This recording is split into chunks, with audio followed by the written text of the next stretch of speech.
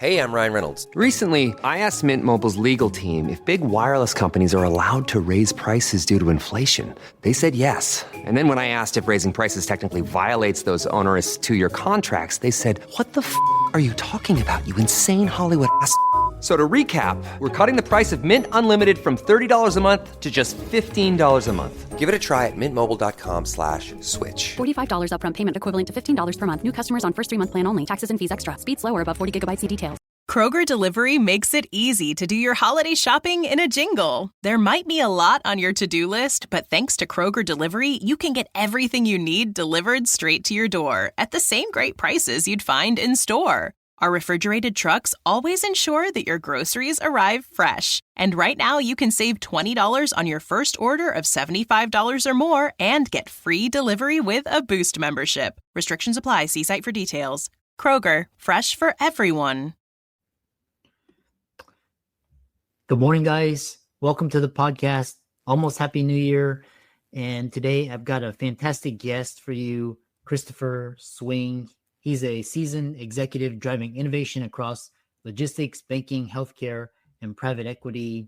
And he's got diverse industry experience, leadership insights. We're going to talk about success stories, case studies, and I'm really happy to have him on, especially the last day of the 2024, and really happy to pick his brain. So, Chris, welcome. Thanks so much for having me. It's great to be here. Yeah. Briefly introduce yourself, and we'll dive right into the questions and add value to the audience. Sure. My name is Christopher Swing. I'm the president and chief executive officer of Vantage Surgical Solutions, which is a cataract and GI surgical solutions provider for rural healthcare in the U.S., primarily in the eastern 30 states. We started off as a cataract surgery business in 1990. I joined a family-owned business, acquiring most of it, sold it off to private equity in 2001. I'm also a bank director, and I just started a leadership podcast. Yeah, fantastic intro and segue. And I'm always happy to have people doing great things, especially when you sell a company or business or arm to private equity. And we'll first kick off the conversation just talking about just one is, where do you see just trends and challenges in the industries that you've seen, just key big things that people should be looking out for in 2025? Yeah, I think the biggest issue that we're seeing as far as on the banking side of the business is just the real estate industry in general, and not so much that it's not a great place to invest, but a lot of the investment thesis that happened when real estate rates were much lower are now starting to reset. And so some of those investments don't look near as cash flow positive as they go through the interest rate resets. We didn't fall as fast from an interest rate perspective as we had hoped. So I think there's going to be some struggles there. Though most investors have capital sitting on the sidelines, it'll just reduce the returns on those investments, assuming that they're able to inject more capital or take on other investors. In the healthcare space, I think the biggest concern that we have today is just the sheer volume of dollars that we're spending to take care of people every day. For those of you who have employees like I do, you understand that it's very expensive to attain their insurance, as well as the level of deductibles. I remember still back in many years ago, probably 14 or 15 years ago, when I about died because they told us we were going to have a deductible on our health insurance. And I was like, wait, what's the point of having insurance if you guys aren't going to pay? And that's come a long ways, because that first deductible was $500 that we were all freaking out about. And now we're seeing deductibles in the thousands of dollars. And employees that are average everyday people are incurring huge amounts of medical debt because of those deductibles. And I think those are the things that are probably most concerning in the healthcare space. Yeah. And yet healthcare insurance companies and their CEOs continue to profit and have these massive for their shareholders. Obviously, something's going on there, but that's not besides the discussion. So talk about just where do you see AI playing into all of this? So it's definitely got a unique place as we move forward. And if you think about people who are doing any type of screening or using data to be able to identify potential risks. So like, for instance, in GI now, you can add, I think it's called a genie, to your GI colonoscopies, and it will identify places that it believes might be a polyp that needs to be inspected with a box on the screen. And so the surgeon is basically getting extra set of eyes, I would argue, in those opportunities to be able to see things that the naked eye can't. And I think there's a huge opportunity as we move forward. I think where it will be interesting is the AI is also going to drive us to do less tests because it's going to know which tests are more likely to provide either a positive outcome or some sort of a diagnostic decision. And so I think it will definitely change the landscape in healthcare dramatically. And I think that's true in the banking side too, because as you guys know, we're doing lots of determinants of what industries are going to be impacted over the next 5 years as far as where we're making loans and things like that. And I think as those models are much more involved and evolve to where they can predict some of the future negativity, you'll see some changes in banking as well. Yeah, I'm optimistic about banking. A couple of years ago, I was actually pessimistic. I thought banking sector would never get disrupted, but now we got blockchain and we got a lot of disruptive technology, and hopefully healthcare is the next piece. And hopefully with Trump, he'll reform education and kind of set us up to make our country a bit more competitive and stronger, because we've been stagnant and on the decline for decades now. So next question I have for you is it's interesting because you've got private equity, you got business operations, you got culture. So I'm interested in the private equity insights, and what are the most important factors you consider when evaluating investment opportunities, and what advice do you have for those interested in looking to get into private equity? So I think on the private equity side, the things that come to mind when I think of transactions are minimum deal size. And the reason for that is just the sheer volume of due diligence that's done on those transactions. And every firm is different, right? But for us, we do significant due diligence, which means that you need to have a significant entity in order to make the transaction make sense. Because by the time we do due diligence, you might wipe out potentially as much as a year of their earnings if they're a smaller organization. And so I think when we look at what we're trying to add to Vantage, we're focused on what are those entities that not only can add value, like using Vantage's core customers and building their business around our core customers, but also where might they have a geographic stronghold that maybe we're weaker in, and we could therefore use our customer, our products in their customers as well. So I think it's a situation where we're looking for a lift on both the acquisition side as well as on the core business side. And then in addition to that, it's really focused around, is the business big enough and viable through due diligence that you can get the transaction completed and still create value? The next question I have for you is this intersection of private equity and entrepreneurship. And what do you think are key elements for successfully identifying and scaling promising business ventures? So I'm a big believer in investing in the jockey and not so much the horse. And so I think as you look for ways to find success, you go to people who have had success in the past. And that's who we're looking at. So like when we're looking at really early investment or potentially following a company to potentially invest in future years, we're really looking for someone who's had success before. We believe that's not something that just happens. And we also believe that if in fact they were able to overcome the hurdles to get to an exit in a previous company, they're most likely able to do the same in this one. So, and a follow-up question I have for you is just what's in terms of, for example, if private equity comes and they're interested in buying the company or business or acquiring it, and what are some factors to consider when saying, okay, I don't want to sell the private equity versus, because a lot of, for example, in startups, it's like sometimes these companies are acquired or whatnot, and some of them forego that to have a massive, like a public offering or something, what are some factors to consideration whether to accept or reject a private equity offer? I truly believe that if you have something that private equity wants, you have something of value, right? And so I think it's important that you think through, do you have the wherewithal, whether that be your team, yourself and your investors, do you have the, not only the capital, but do you have the ability to get to that level? Because so often what we forget is that a lot of times what was good to get us to the point we're at today isn't what's going to get us to the next level. And I think it's really important that we step back and think about it. And are we ready to make some of those transitions in our teams in order to get to that next level? And that's a really hard decision, both from a culture as well as from just an entrepreneurial perspective. Like, these are the people that got you to the point where you have something that's investable.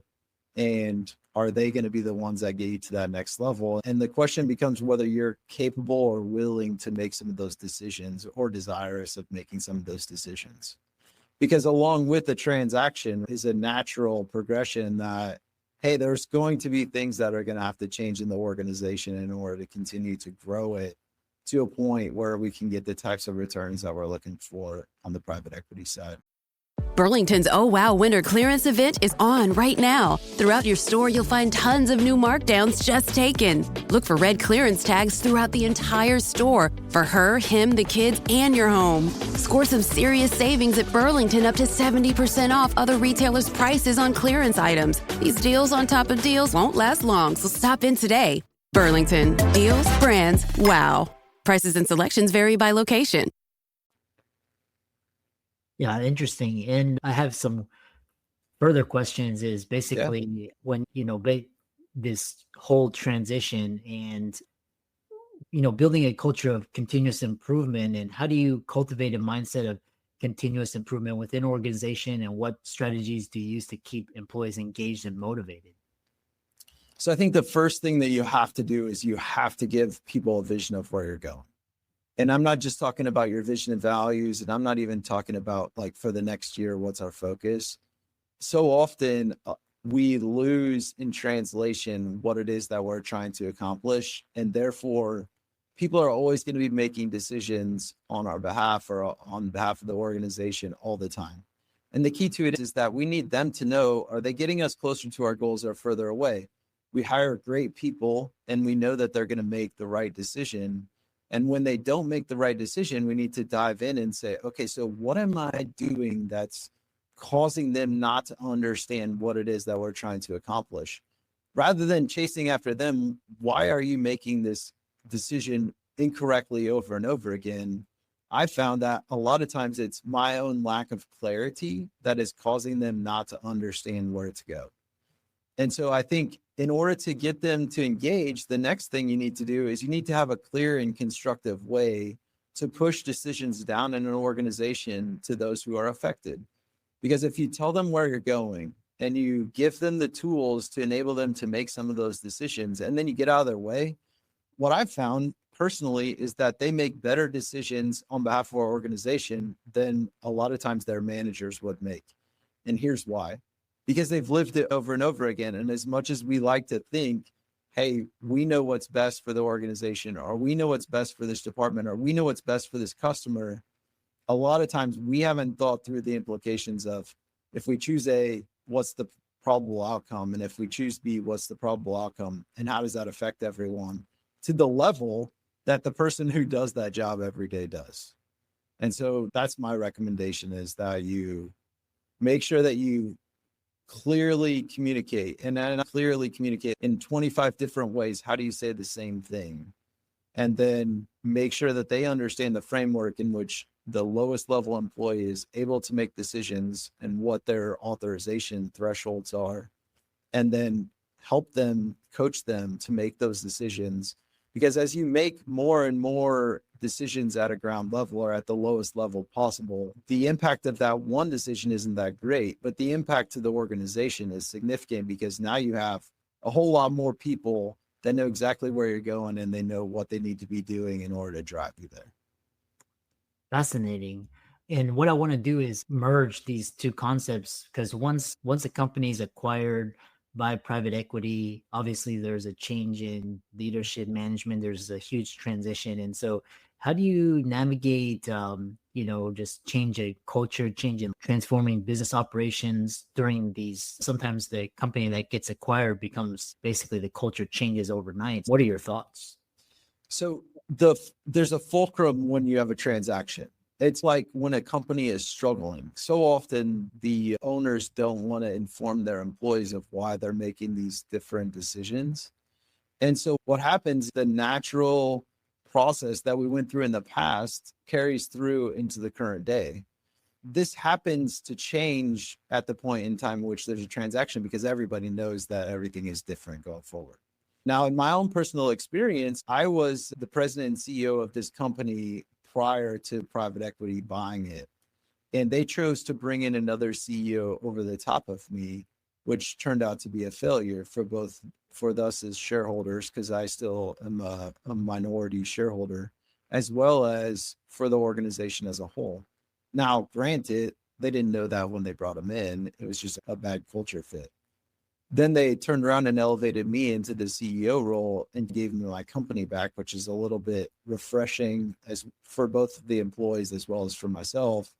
And it renewed our desire to get back on track in a faster and more aggressive means. And I think that those transitions are really important. And so whether that be that you're struggling and so you're changing how you're managing the organization, or that there's a transaction and so we're changing how we're managing the organization, it doesn't really matter what that reason is, but we need to clearly communicate it, even though we don't necessarily want to.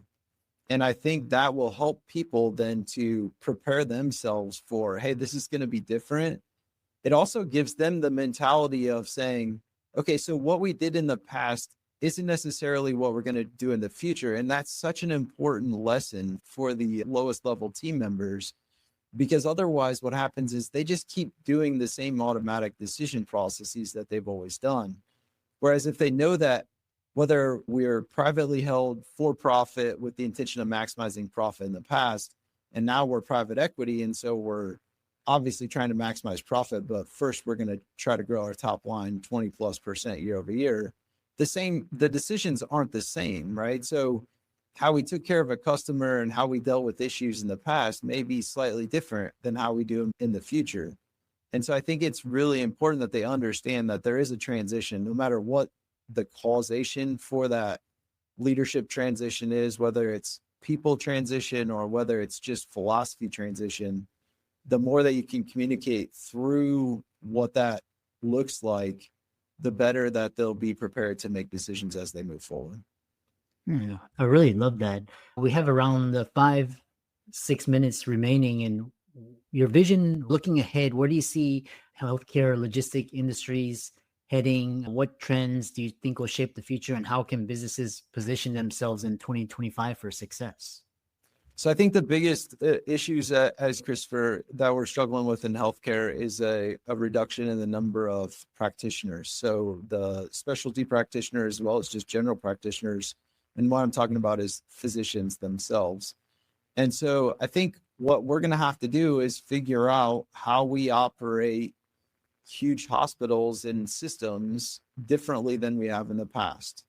And there's a couple of different ways we can do that. We can do that via helicopters, right? So everybody has an emergency, you jump in a helicopter, you fly 2 hours away, which doesn't take that long in a helicopter, and seek care.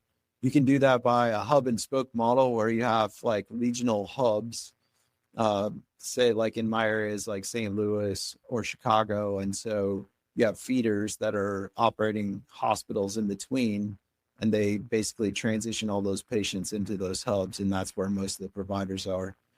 But what we're really focused on are the general, non-complex lifestyle procedures. And so when I think of that, the services that we're going to continue to provide are obviously like cataract surgery, gastroenterology, women's health, those towards urology, those types of things that are like lifestyle specialties. And what we're trying to help is enable local hospitals did not have to invest in the advanced technologies that we're using. And thereby, instead of us buying a piece of equipment and letting it sit in a hospital for 30 days a month, we're taking it into that hospital for one day for use, and then we're taking it to 11 or 12 other facilities in order to utilize it. And so therefore, it reduces cost. It allows us to provide another layer of specialists, but in the technical. And so either running the equipment or first assist in surgery. The other thing that I think is really going to be a struggle, and I don't know how to deal with it, especially with the big changes that we've seen, and I think we'll see some significant changes as we move forward, and we're already seeing some of them, is around anesthesiology and CRNAs. And I don't have a solution for that. I think what you're going to see is both RNs will start doing more of the lower invasive procedures, as well as you may see some technicians, instead of nurse anesthetists, there'll be some sort of technician that will help support with oversight. But yeah, I think there's a lot of exciting things happening in healthcare. We're a pro healthcare investor supporter. We're very focused on rural healthcare, especially because there's a huge population that lives in rural healthcare areas. And we want to make sure that the people who aren't close to these major metro centers are still able to receive care. Yeah, healthcare is a real big issue, and it's really interesting to see the types of work that everybody's doing to help solve the problem. And really fascinating discussion, very insightful. How can people find you and reach out to you and connect with you? Yeah, the easiest way to connect with me is on LinkedIn, Christopher Swing. You can find me there. I'm sure the link will be in the notes. I am rolling out a podcast called Faithful. It's super exciting. It's faithful.buzzsprout.com. I'm sure it will also be included, and I would love to connect with you. Feel free to message me if you have any questions or any thoughts or interest in being on my podcast. So, yeah, awesome. Thanks so much for coming on, and Happy New Year. And we'll see you next year, and keep up the great work. Thanks for having me.